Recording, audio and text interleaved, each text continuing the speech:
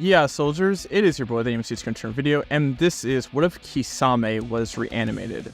Now, this is a one-shot, so it's not going to be too long. I'm just going to be discussing the possibility of what would happen if Kisame had a chance to be reanimated. Now, around the time the 4th Shinobi War was going on, and he had sacrificed his own body to his own sharks, so he wouldn't come out a snitch. Now, in this story, what would happen if Kisame was somehow reanimated? Well, we could probably go for an assumption that maybe Kabuto wanted to grab some reinforcements in order to protect himself, and that's why he would eventually, during the war, would try to revive Kisame. And when he would have the time to do this is a little bit murky or whatever, but let's go with it for now. Now, the one candidate that I had for this fight was Itachi.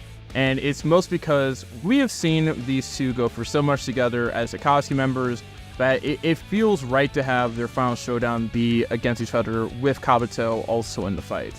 I would probably say that Sasuke himself would join in on the fight and actually prove some more use in this entire battle, because I think that there's a decent matchup between him and Kisame there, especially since Sasuke has line chakra techniques and probably could be a decent match for Chidori.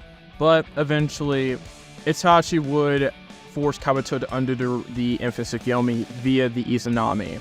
And that's unfortunately about it. It was the only thing that I could probably imagine as a sort of way to, like, kind of put Kisame into work. But the possibility of this whip in the first place is just not very possible.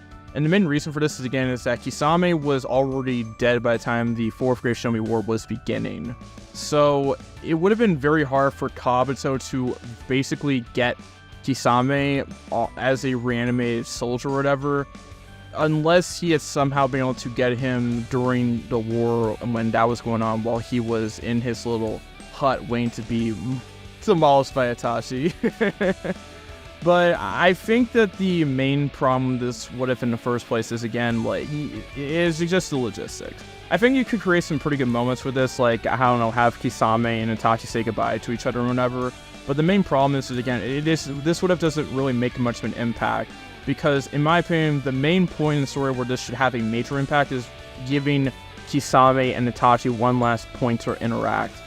It's not like something where Drive is being reanimated or something, because Kisame kind of went out like a G. And something like this would virtually... it would kind of ruin his entire death, I'm not gonna lie. But let me know your opinions on this video, on me basically kind of making the story, but also more so discussing logistics of this what if. And again, there isn't really much I can do to, like, make a story out of this, because, again, Kisame's reanimation just doesn't make as much of an impact, and it also just doesn't fully work logistically, unfortunately. And the point where, again, I would say that you want to have the most impact, and the reason why you would want to have Kisame revive back in the first place is for one last interaction with Itachi.